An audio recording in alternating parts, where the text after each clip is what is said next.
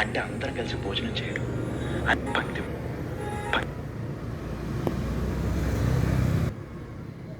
పంక్తి భోజనాలు అంటే అందరం కలిసి భోజనం చేయడం.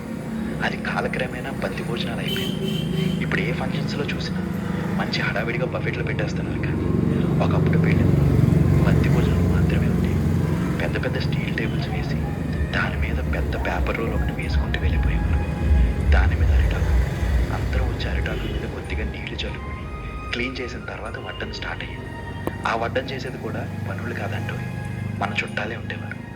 ఆ వడ్డం చేస్తూ వాళ్ళు మన మీద వేసే జోకులు. రైస్ చాలరా బాబు అంటున్నా, అదేం తినడం రా, ఎలా చిక్కిపోతున్నావు చూడంటూ వెంటకారు. సాంబార్ వేయమంటే అప్పుడే సాంబార్ ఏంటి బావా, కొంచెం కూర కలుపుకో, కూర తెస్తాను ఒకవైపు. ఇంకొకడేమో తినడం స్టార్ట్ చేయగానే పెరుగు తెచ్చేయమంటావు ఏంట్రా చమత్కారాలు. చిన్నపిల్లలకేమో జగ్గుతో వాటర్ పోసే డ్యూటీ. భలే సరదాగా ఉండేది.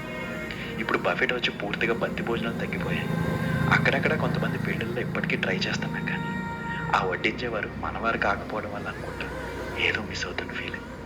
అప్పట్లో అలా బంతి భోజనాలు తింటూ వడ్డిస్తున్న మనవాళ్ళు అందరితో ముచ్చట్లు చెప్పుకుంటూ ఎటకారాలు చేసుకుంటూ మనసారా నవ్వుకుంటూ తిన్న రోజులు అస్సలు మర్చిపోలేనివి కదా. వెలకట్టలేని క్షణాలు అవి. మీకు ఆ బంతి భోజనాలు ఇష్టమేనా?